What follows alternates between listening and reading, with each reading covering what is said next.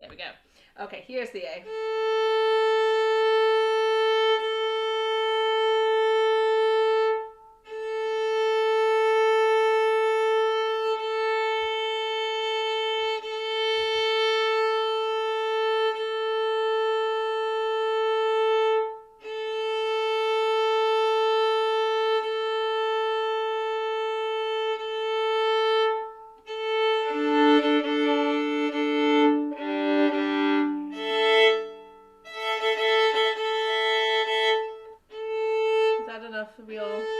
Oh, they're here. Morning, Nicholas.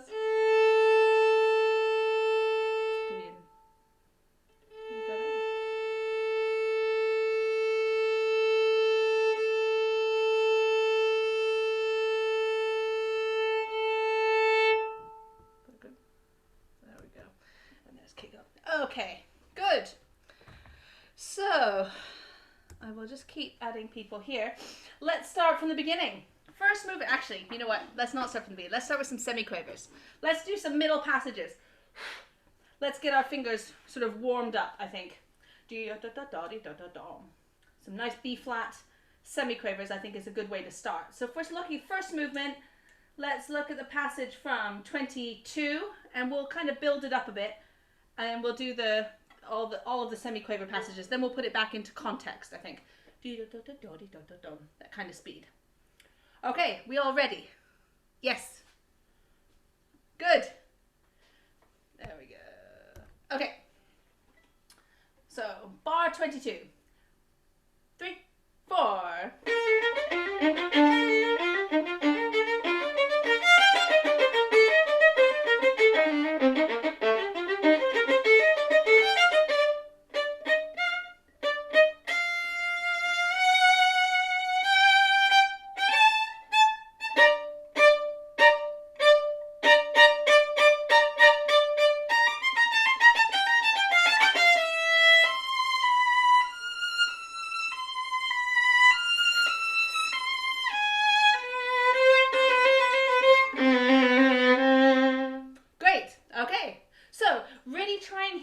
Remember we were talking yesterday about the quavers going up and the semis going let's try and really bring that out. And then the next bar, it's different. So we had da da da da da da da da da da da da da da. So we really feel the difference in our shape.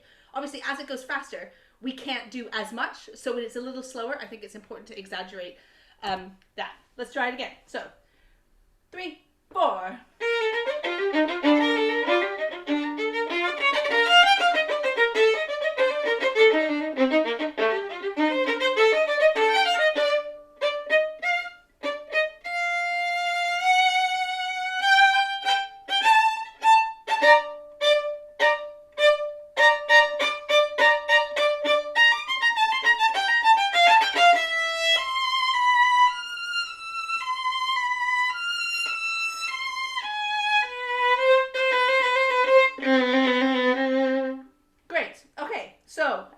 Shape is there, I think that will really help. Obviously, we don't want to be beaty. If we go da da da da da da da da da, it doesn't sound good either. So the idea is that we really make sure. So in the second bar, we really feel like we're lifting up through the 3 beats. Da da da da da da da da da da da. So we really have a sort of a kind of feeling of lift throughout that. Now, as we go faster, we can start to think of things like bar 31, that we have much more linear. So we're really thinking like a long line there, rather than, again, that beaty feeling. And that takes us to our the 3 really amazing sort of, in the first violin is a sort of singing passage, da da da da da, and try and, as it goes faster, it's a bit easier, obviously, but try and really soar on the top. So we're really using all our bow and feeling like we're sort of making the most joyful sound. Okay, faster. 1, 2, 3, 4.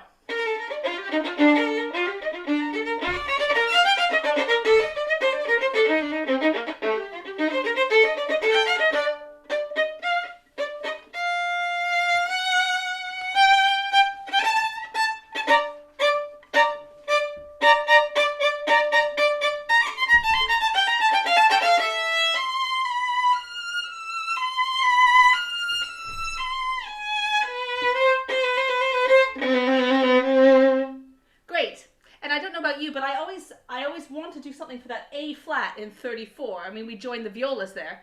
And I think we would da da da da dum, so really feel that A flat, but I never seem to have enough bow. So somehow the third bar of it, so bar 32, you want to kind of use a similar bow speed, and then that third bar, 34, you need to save a bit, or else you don't have enough for the A flat to join the viola. It's such an important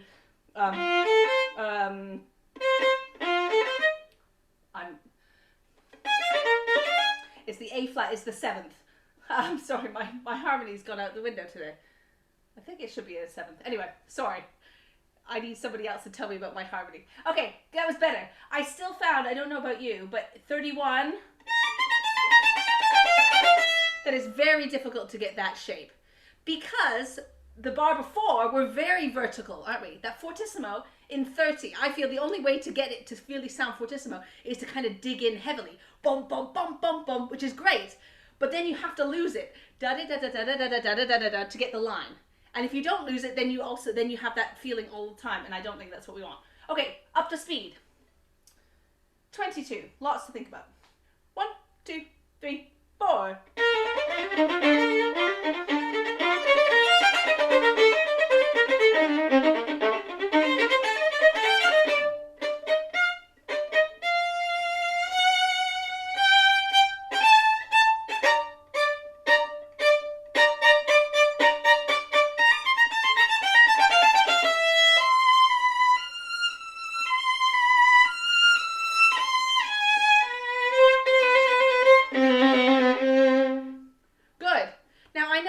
Probably do split some of those bowings, da da da da dum, and I think you would be, you know,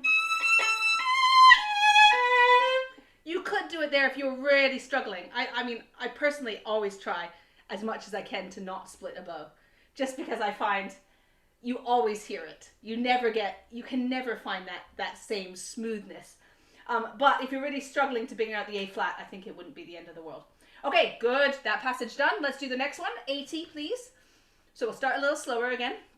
Dum, bum, bum, bum, bum, bum, ba, da, da, da, da, da, da, da, dum. So from bar 80. 1, 2, 3, 4.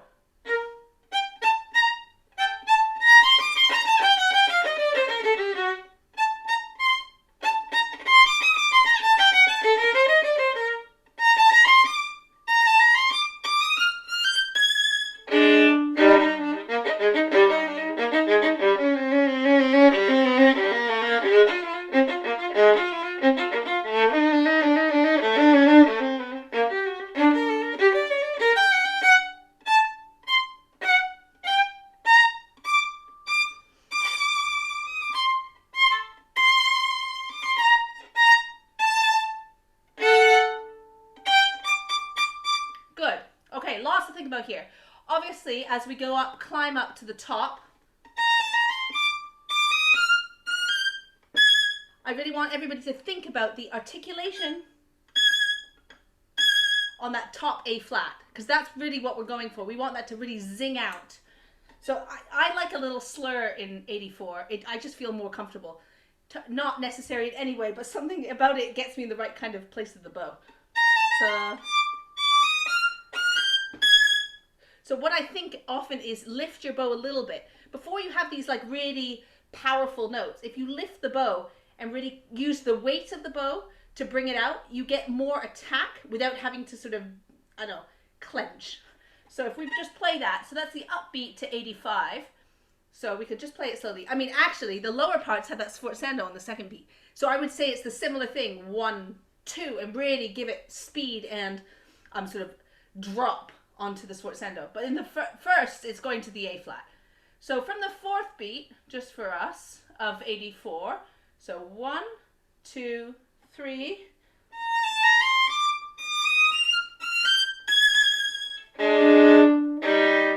Good, let's do that again. That wasn't my best shot. 1, 2, 3.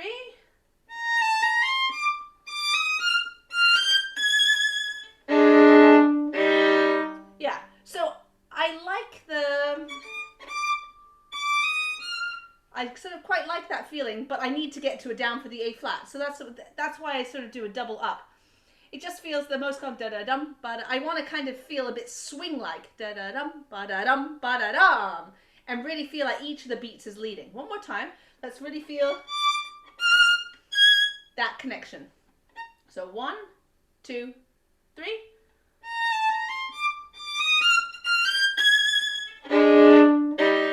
Now, I don't know about you, but for me, that's the most successful. If I'm thinking of the D, the F, and the A flat, if I'm really sort of jumping from one to the other.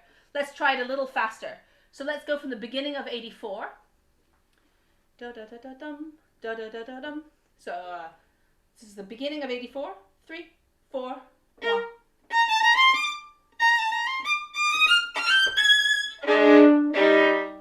Great. Let's do it again. And I don't think it matters if it takes a bit of time to get from the A flat, the top A flat, down to the bottom A flat. I think that's like, you know, the logistics of it is so much that, you know, it's fine. It'll take the ear time to get there as well. Okay, bar 84 again. 3, 4.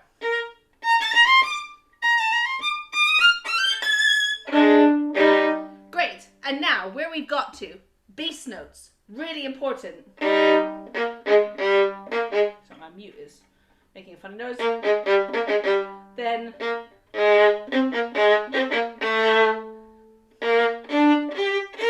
really bring out each of those bass notes. Let's do it once, really exaggerating them. So 86, 3, 4.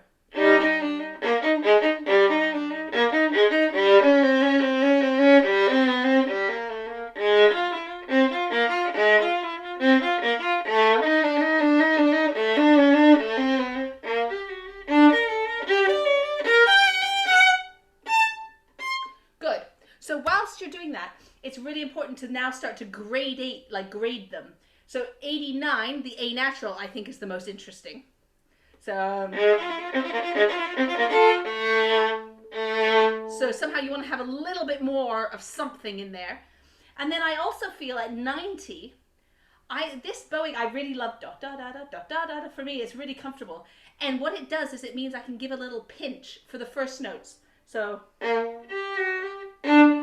what I do is I kind of pinch my fingers.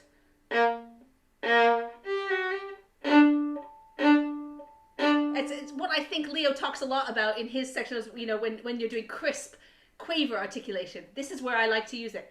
Ba ba da da ba ba da da ba. So if you imagine that sort of like bassoon quality on the first notes. What I imagine is like a little accent. So if we try that slowly, and then as we get faster, you kind of lose the length, and it just pings out a little bit, which I think in context means you hear it. So this is bar 90. 3, 4. Let's try it again, a little faster. 3, 4. And then faster, and then with a crescendo. So we start less, and we need each of them to get a little bigger, I think, because that's the pitch is going up, and so we want them to climb. Let's try that. 3, 4. Good, and then we lead off to the second violin, I think. Da da da da da da da da. Good. Let's do that whole section again. So lots of little details to think about. Yeah, from 80. 1, 2, 3, 4.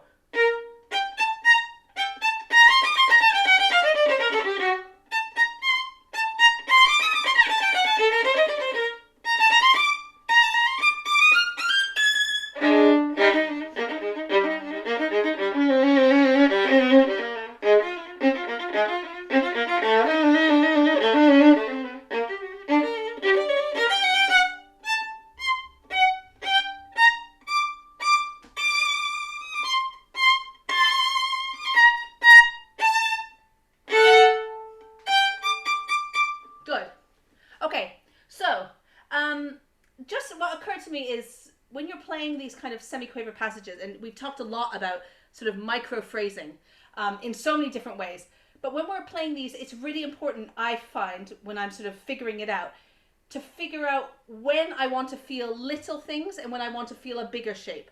So if we look at bar 81, for me, that's a really big shape that we definitely don't subdivide in any way. We play it from the first beat, and it all goes away from there. So if we played that together, if you feel it from the first beat, also because there's a chord underneath. So it's 3, 4.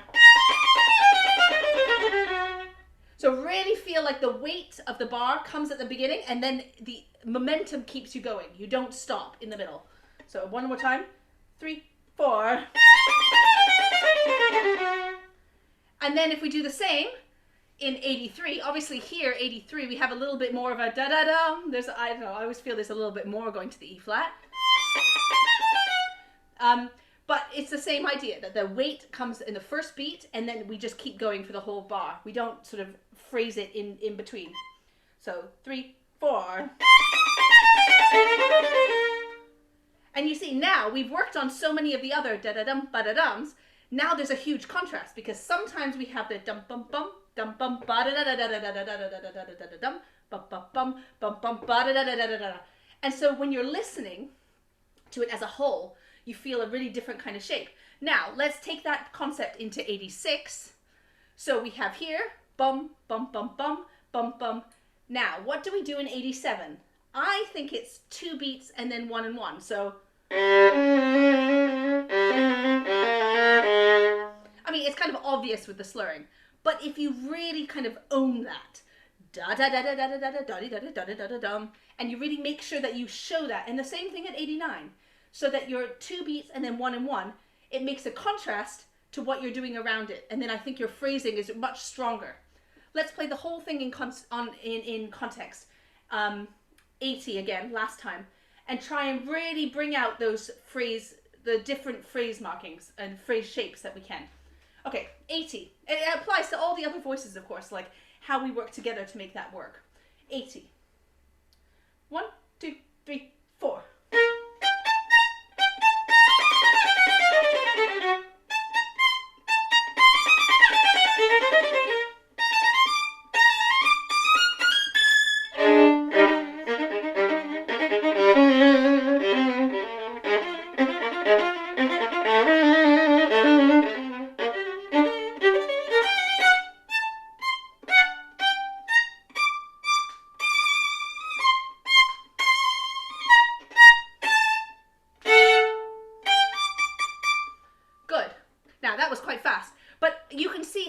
Those little shapes, it makes it so interesting. You can obviously do loads of different things with it.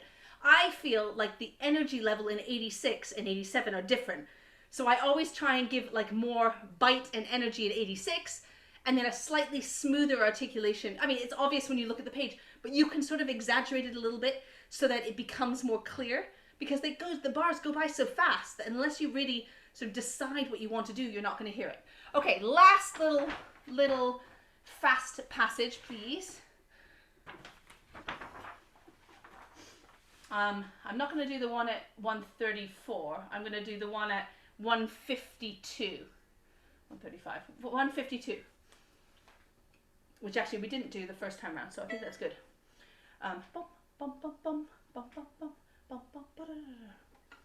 So, same concept. 152, a little slower to start with. 1, 2, 3, 4.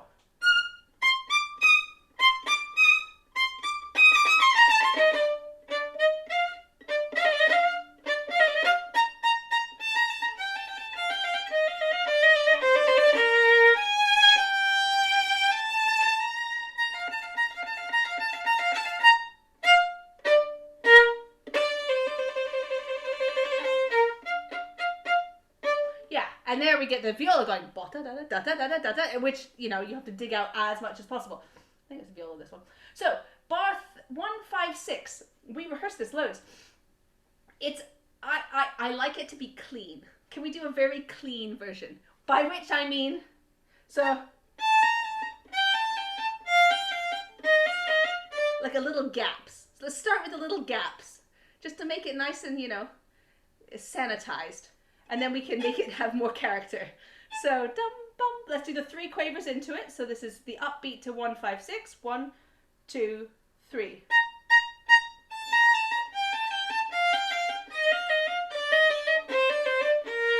Yeah, so it has a tendency to sound a little boring, right? A little beaty. Let's do it one more time, a little faster. Bum, bum, bum. So make each 4 da da da da da da da da da, like a little 4-step. So then eventually we're gonna sort of come down the steps. But let's like really clean. Make sure it's really clean so the bowing is nice and clean. 1, 2, 3.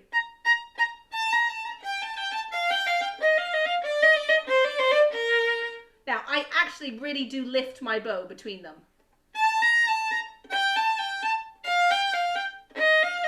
Just to really get that feeling. So you're not going smooth. Da, da, da, da, da, da, da, da, da. And if you were singing it, you'd have like a consonant at the beginning of the bar. A bit faster. 1, 2, 3.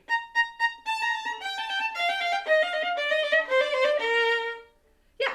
And now now what it ended up sounding a little because I like that sort of stroke and I like the clarity. But actually, when 3 of us were doing it together, it ended up sounding very, like, military. It's sort of da-da-da-da-da-da, like very vertical. And so actually our way around it was just to feel like a kind of bounce, so that you feel like your bow is kind of bouncing a little bit, so up and down. So you get that little gap without it feeling like metronomic and vertical. So you're always sort of going somewhere. Let's try it again from the upbeat, a little faster. 1, 2, 3. So it's kind of a gentle kind of bounce down the hill. One more time. 1, 2, 3.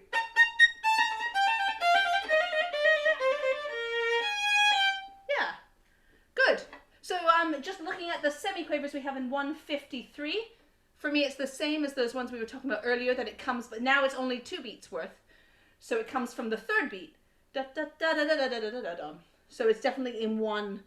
Almost like you could practice it with a slur to get that feeling, and then if you practice it with the da da da da da da da da, you just keep your semiquavers feeling connected. Okay, beginning.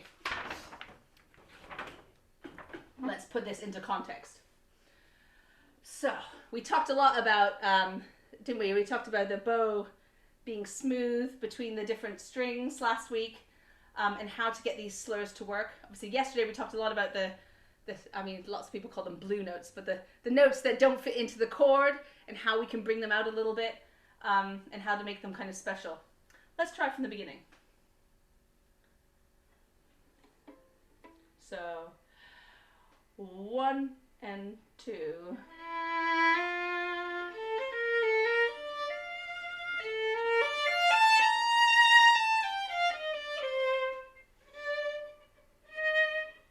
3, 4, 1, 2.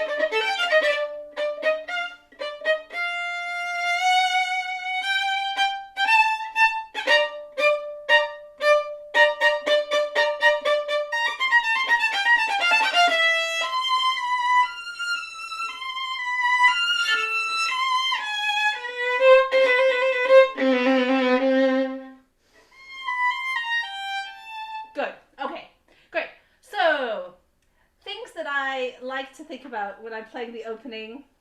I mean, obviously, hearing that chord in your head before it starts. I don't think it matters if the E is a tiny bit sharp. So if you think, and it has a little, does the thing that you would never do with an upbeat, which is lean on it. Normally, you want the upbeat to feel like it's definitely going to the downbeat. And I found that in the previous chord, in Opus 50, I often lingered a bit on my upbeat, and then my colleagues were really cross with me because they never knew where the downbeat came. Now it doesn't matter where the downbeat comes because nobody's playing with you. So you linger a little bit.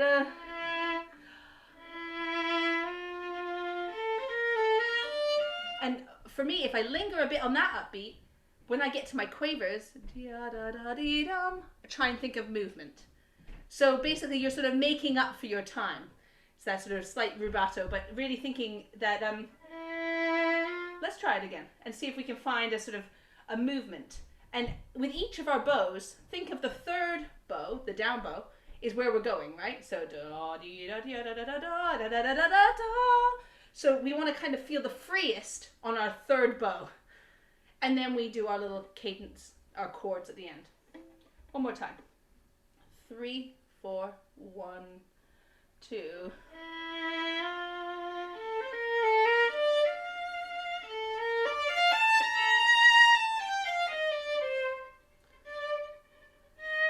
And really try and feel up for those. So up. That last one needs to sort of be so suspended. I don't know about you all, but I find that is never as clean as I want it to be. I think it's probably because my arm weight doesn't lighten as I come to that final down bow. So if we just practice from the third bar to the fourth, which would be...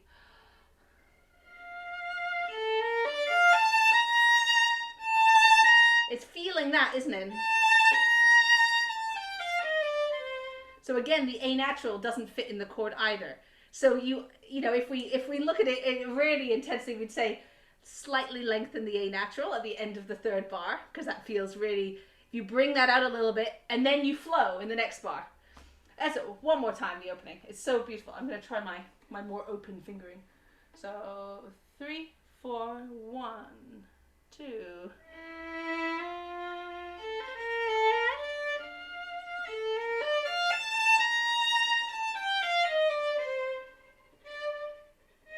And now richer sound. 1, 2, 3.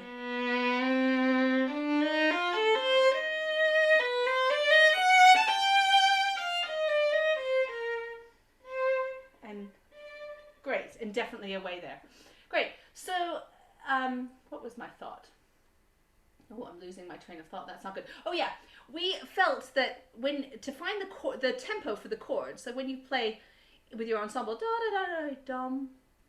It's really important we definitely took it from those last quavers. So in some ways, no matter what you did before, it doesn't matter, because da da da da da dim bum bum, that should give you your rhythm. And actually what's the danger, what often happens is those chords aren't together because everyone's not thinking the same pulse.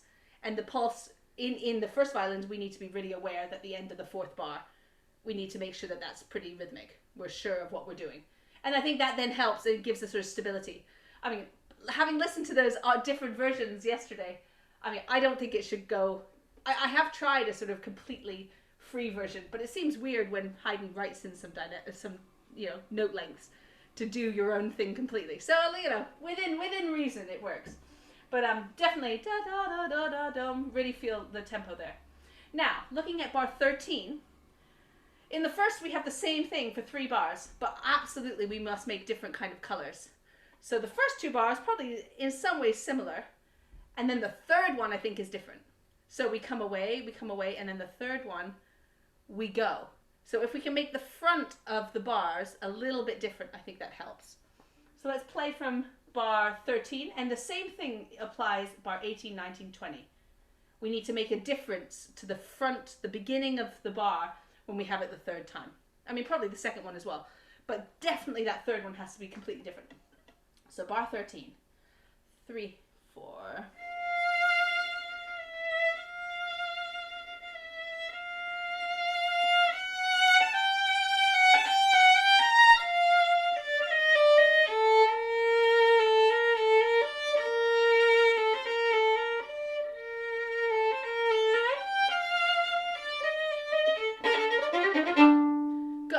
And then we're off. So as long as our third one is a little different, I think that helps the phrase for bars 3. And it's so interesting, in the first one from bar 13, it's a 5-bar phrase, which is obviously a slight extension on what you would normally have. So to really feel that you have 2 bars the same, you know, it's almost like he says the first bar and then he says it again to be sure. And then we start our phrase. Good. Okay, and then we covered this last bit. Okay, let's do our little favorite place at 44. I have to make sure I don't spend an hour on this first movement, which I could easily do. Let's play from 44. 6 by 4, yeah. So, 44. 3, 4.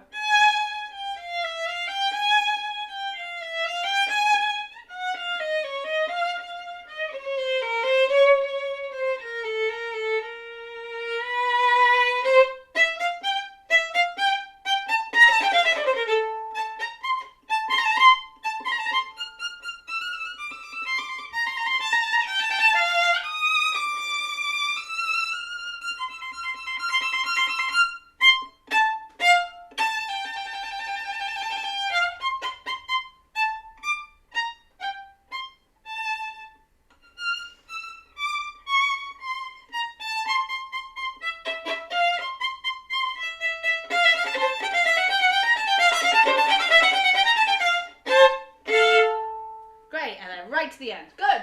So, our sforzandos, I'm sure my colleagues will be looking at this later in the week, so I'll just touch on it a little bit. Remember, so let's think of the many different versions we have. Let's say do 2 or 3 now. So from 44, can we now do fast sforzandos? So really fast bow and see what that sounds like. Okay, 44, 3, 4.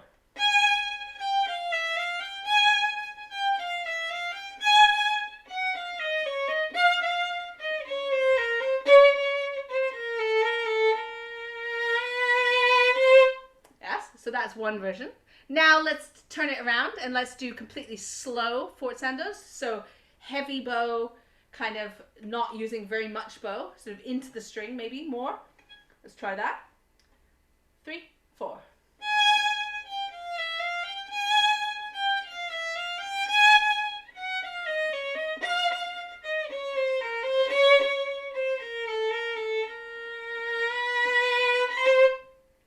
Now I don't know about you, but I think there's probably a version in between that we really want. It's and because the harmony changes, you actually do want to sort of slightly change them. I always feel when it's the longer one, I sort of want a longer forzando, and then when it's the ba-ba, when it's the rhythmic one, I want it to be a little quicker off the front. But just to sort of especially when we come down, I feel like it could really change a little bit.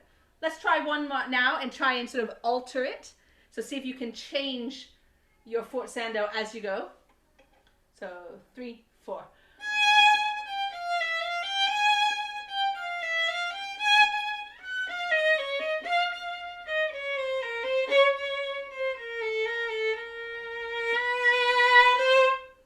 Yes, and I'm not even getting into the argument about dynamic, because that's another argument in itself. Should this forzando be within piano? Should it be over piano, or should it be like a big shock? I don't know. I personally think it's within piano, but then I was playing it really loud. So it's always the thing when 4 people are doing it together, it somehow seems much more and possibly like a bit out of context. So it's finding a way when you're together to sort of make it fit from where you've come from whence you've come, or else it just sort of sticks out and you don't know why it's there. I mean, for me, like the why is the harmony, and if we really feel that harmony, I think you find a way of pulling out those forzandos in a way that works.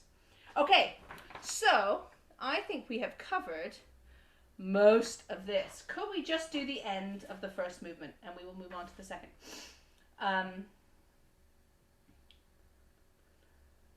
Let's go from 172.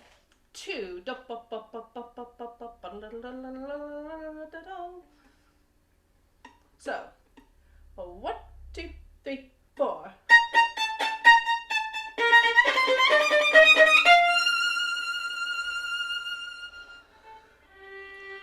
2, 1, 2, 1.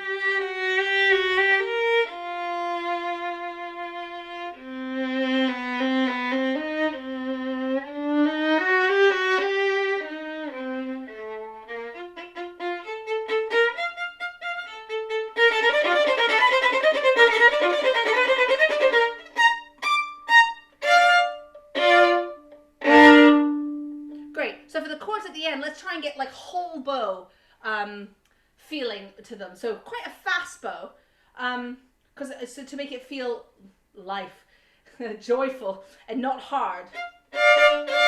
So let's try that. Last 2 bars. 3, 4. And if you have a break, try and do it reasonably quick. So let's try add the bar before that. So the 186, which is the 3rd last bar. So we have these little quavers, and then we have the length. 3, 4.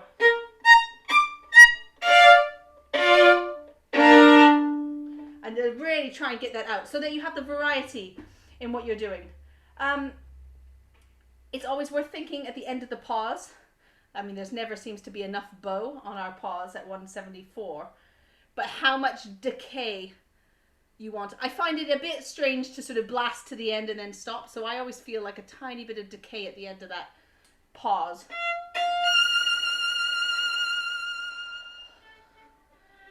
Like a breath, like you release your breath, and then you're on the up bow for that new chord. Great. Okay, so 2nd movement. I actually want to start a little bit later on than the beginning, because I think we did a little bit more of the beginning last week. So why don't we start from bar 16?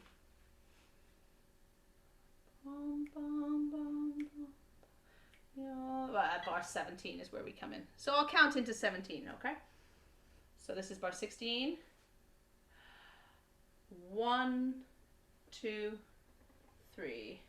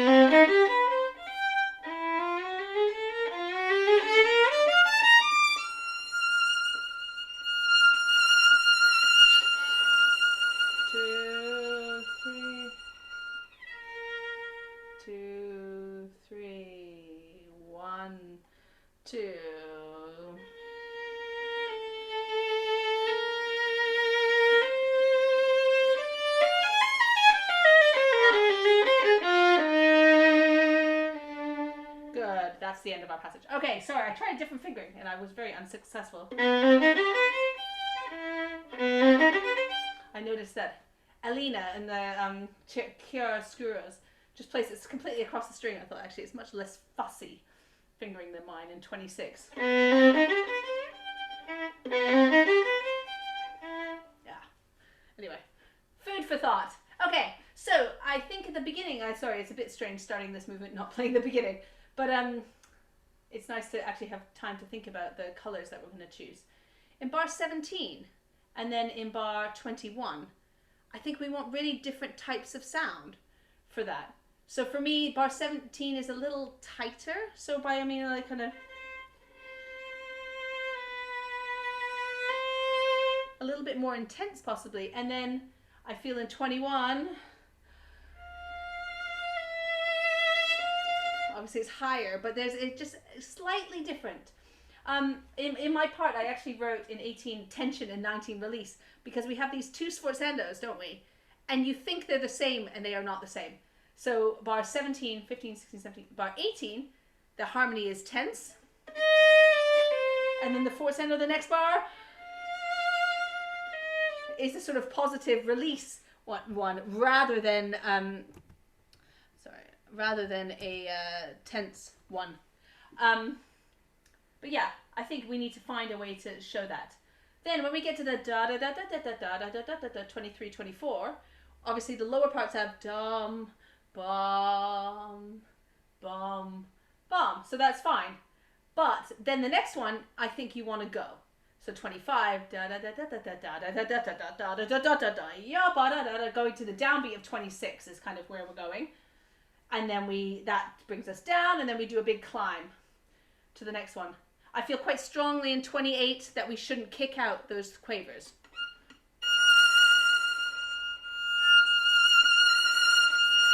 And we're really going, so really save so that you're not, it's nice and smooth. Okay, sorry, lots of talking. Let's do it again. 17. So 16 is 1, 2, 3.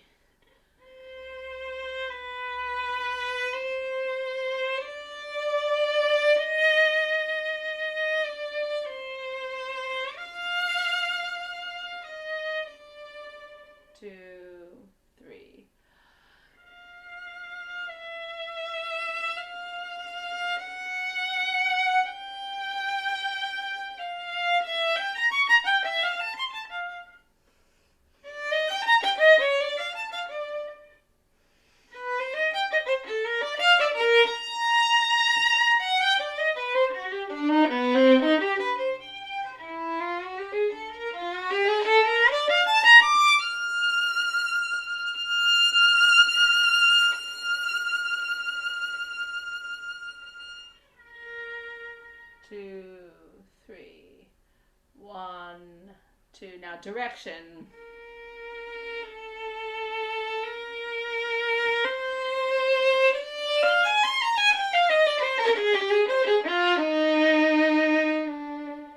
Great. Okay. So I think that the way you change the sort of meter and the pulse of each of the bars, what we're talking about in the first movement applies in the same way here. So 23, that passage, because it goes 1, 2, 1, 2, feels very different to bar 17 where we're much more equal. Just a note for anybody that's not a viola, 15, 16, 17, 18, 19, we need to really listen. There are some quavers in the viola part there, and it's very different. Da, da, da. You really need to go with that. So just be aware of that crotchet is not a crotchet for everyone. And if you really think of sort of keeping on going, I think that really helps. It's often a moment where people have different weight, you know, if you're playing a crotchet thinking it's coming away and the viola's going forward to the forzando, you get the ensemble is just never seems to work. So really hear it in your head that is basically a quaver leading to that forzando. And I think that really helps the motion. Good. Olivia, can I just ask, is your question about bar 44, is that the first movement or second movement? I'm not sure. You can tell me which one it is. If it's the first, I'll come back to it later. But if it's the second, well, we can talk about it here. I have a feeling it's probably the first. So we'll look at that later. Okay, good. Shall we go into our minore here? So from 34, and let's try and make, we talked about last week of maybe using a little bit less bow. So you're sort of a bit more contained here. So from the upbeat of 34, so 1, 2.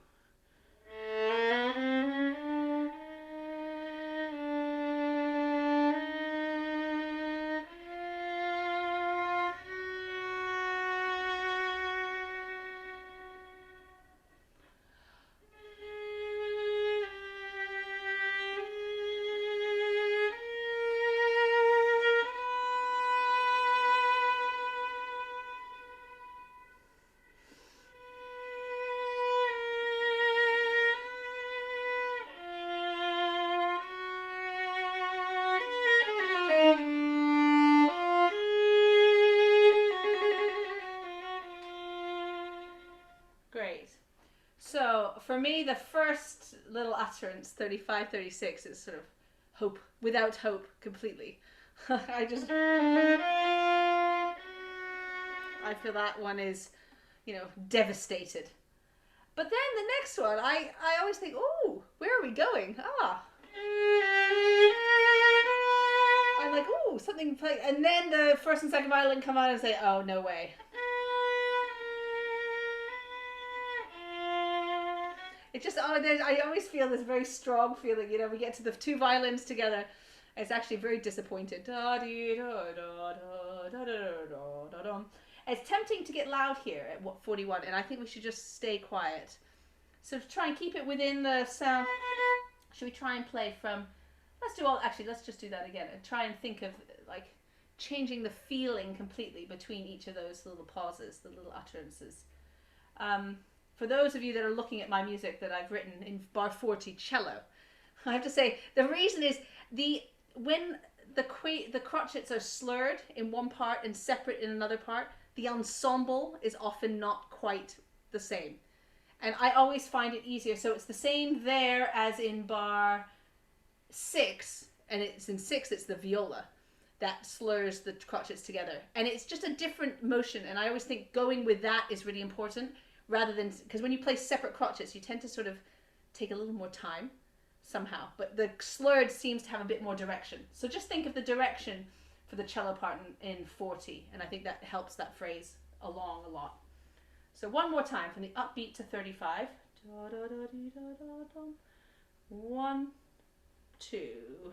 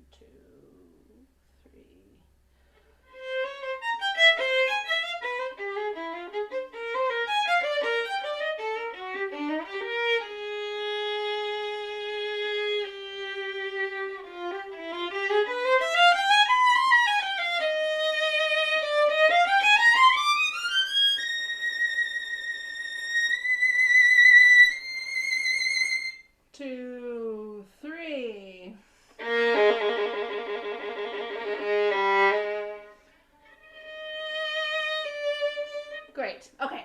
So a few things. I mean, for me, 43, where the cello gets the sort of tune for the first time, right at the bottom, is such a great moment. That always these sextuplets in the first and 44, you want them to be light and out of the way a little bit, I find. But it's I always feel I want to play light and then lighter. But it's just finding a sort of not in the way, but just there. So it's a kind of difficult emotion to feel. If you're a bit more like impassioned with it, it's kind of easier. Let's just try that. So 44, kind of a little bouncy, a little bit, I don't know, objective in some ways. Just do your articulation and then it's there. So 2, 3.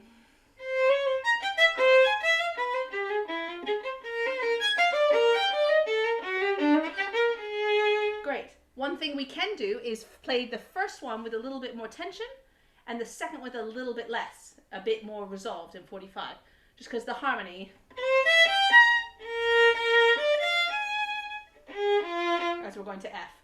So I think if we do that, it's just like a little bit more tension in that first one and then a little bit released in the second one. I think we'll make it feel a bit more, we'll help them connect together. So 2, 3.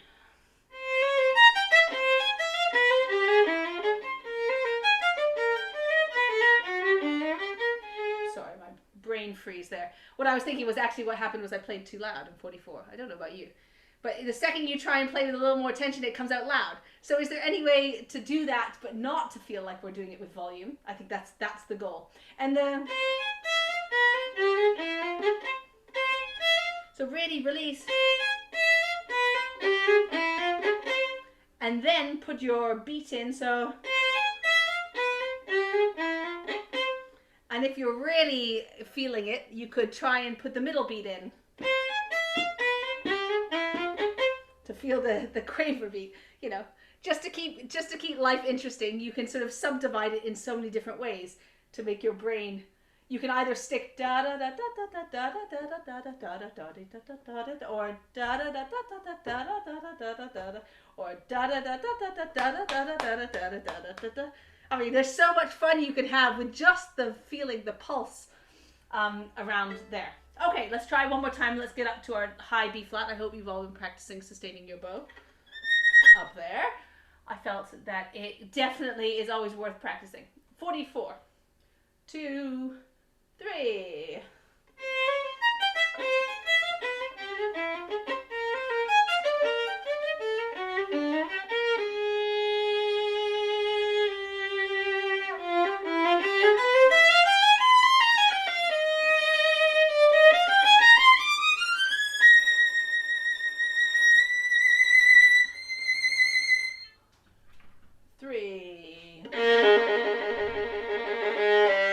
Let's go on.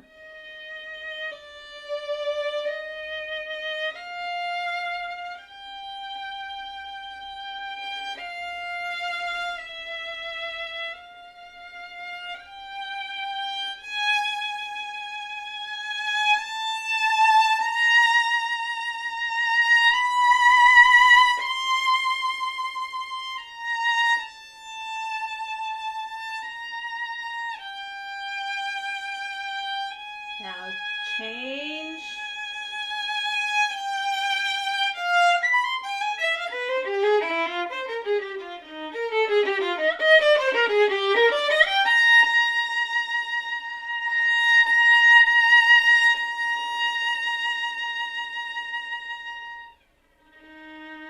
Great, and then that amazing interval. Okay, so we've got so many different phrasings around here. I think in 52, you want to do the phrasing that works with your part. So da da da da da, like we do at the beginning. And then he changes it, doesn't he?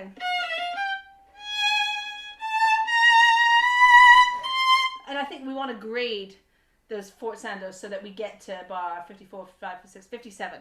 In the middle of 57, I think that's where we're going. And then just come down the sort of, come down the hill. And I think that really helps. And then again, when we get to 63, 64, we have that intensity that we had at 28. So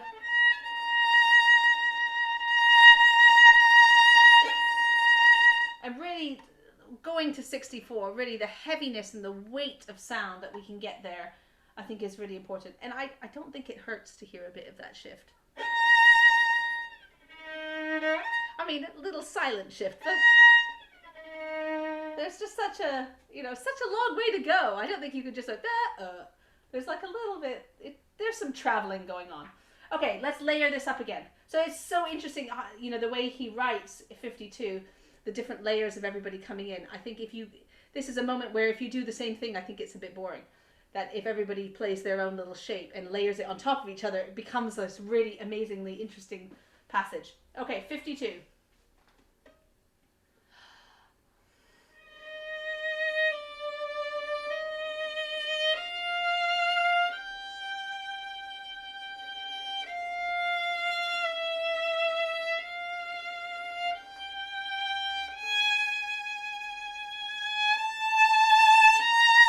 And even more.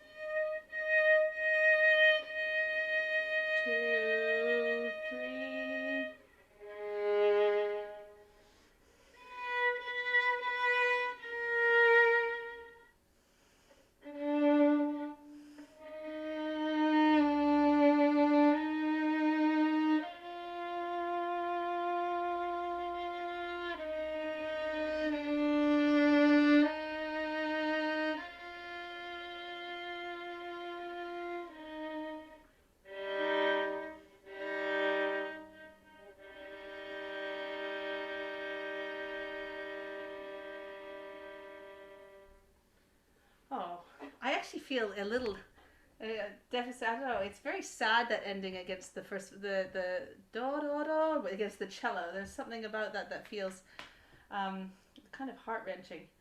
In 65, that pause we have on that first crotchet, it's actually, I don't know about you all, but I find it hard to play that long. But I think you have to commit to it. Like, you know, so you feel like you've played the previous bar, 64, like quite a long time. Da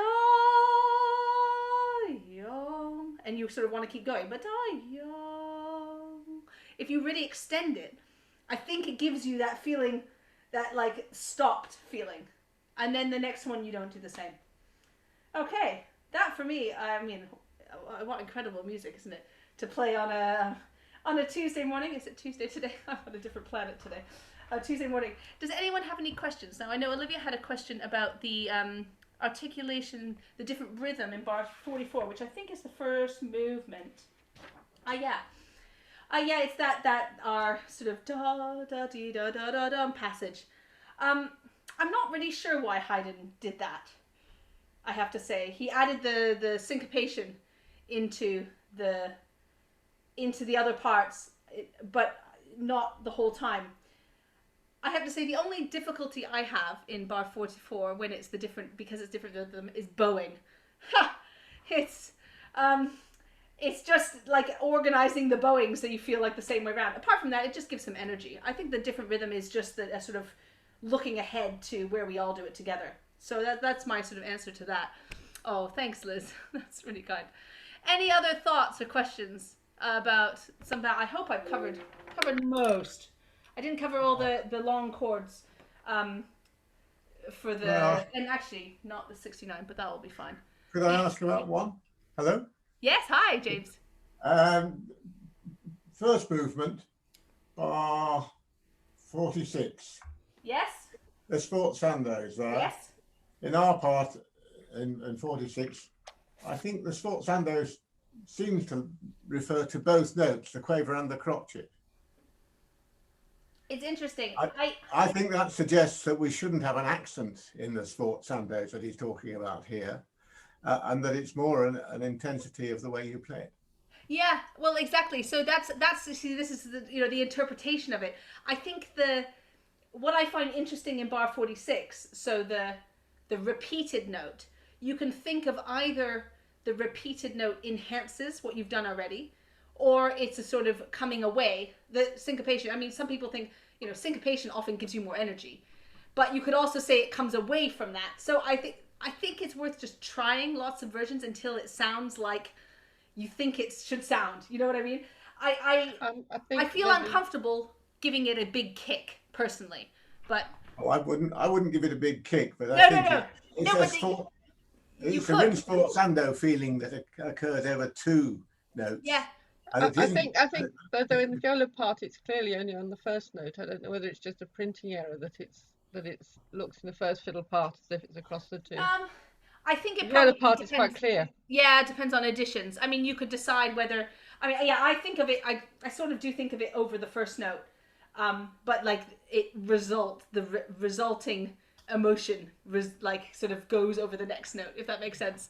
There's a counter argument to that. Yes. The counter argument is that you're in piano anyway from bar 36, and therefore the repeating of the piano on the second note of bar. Oh, I can't count the bars, but the fact that the piano is repeated suggests that there's something louder before it. Exactly. So there are arguments on all sides. And I think it's all totally valid.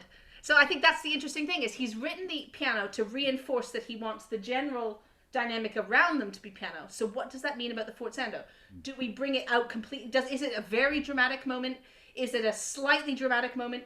Are we thinking like Beethoven? Do we make them more every time we do it? With Beethoven you have 4 forzandos in a row, you get louder. There are so many interpretational decisions you could make, which makes these, as I think, was it Carmen yesterday saying, these 5 bars would be the quartet sort of training book, because they were just, you could unlimited amount of decisions, and I think that's where it's interesting. So yeah, all good, all interesting. But good thought and good thing to bring up. You try singing it before you try playing it, I think, and you find it that the first forzando tends to swell But the Yeah. second one is yata, yata, yata. Well, yeah, there's a So little it Yana check changes going on. the first Bartok. one as well as the second. Yeah, yeah, exactly. Can I ask you about these in the second movement? Yes. These places where you just said, well, a little portamento, or you can hear the shift. Yeah. In an earlier quartet, and I can't remember which it was, I think it was one of the Opus 20 series, Haydn actually asks, it's not something you can do here because you have to cross strings even if you're starting from a high position, but he says l'istesso corda. And I suspect, I mean, there I think he wanted a glissando effectively, or a portamento. Yeah. The fact that he's written sul D here in the second one, but he hasn't written sul A for the first one for some reason. Yeah. So it's obviously exactly the same principle. Suggests to me that he wants an effect there. Yeah. Otherwise, I mean, why slur it? I feel like the distance of the interval means that it makes it important. And I mean, definitely going from a high note to a low note in a slur, you can't possibly separate them. And so I think there's an element, I mean, obviously there's taste involved. And one's view of like how much you think one needs to lean or not on these things. But I feel like basically what I want to do is link the two notes together. And that's sort of my feeling. So however you feel you can link, I think is what we want. Now, I'm really apologies, but my daughter is currently home with a cold and shouting my name. So I might have to go. But it's really nice to see you all, and food for thought for the rest of the week. And we will do a completely different mood for the third movement on next week on Tuesday. And then we won't spend as long on the third because the fourth is the beast. I find this fourth movement a big challenge. So I'm really looking forward to working with you. And I will see you then. Thanks so much, everyone. See you later. Bye. Thank you. Thanks. Goodbye. Bye. Everyone, great lesson. Thank you. Thanks. Bye.